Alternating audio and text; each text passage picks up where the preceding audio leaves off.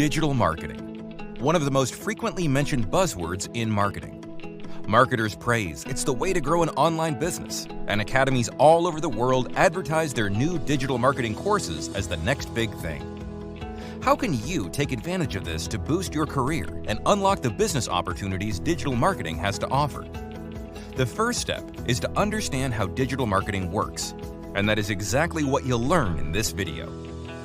Let's get started with a simple definition of digital marketing. Digital marketing is a form of marketing for promoting and selling products or services on the internet. It's the process of leveraging different online marketing channels like search engines, social media networks, and email to reach your target audience. Through digital marketing, you can find people interested in your offering, interact with them, and build trust with your brand. Digital marketing has a number of types.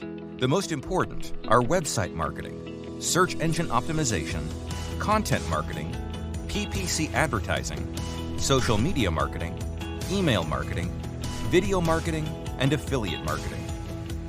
To understand how digital marketing works, let's see how the different digital marketing types can be used in an online marketing campaign. Meet John. John wants to promote his online business and find customers to buy his products. He knows that his potential customers are out there. He knows that digital marketing is the way to go, but he doesn't know how to get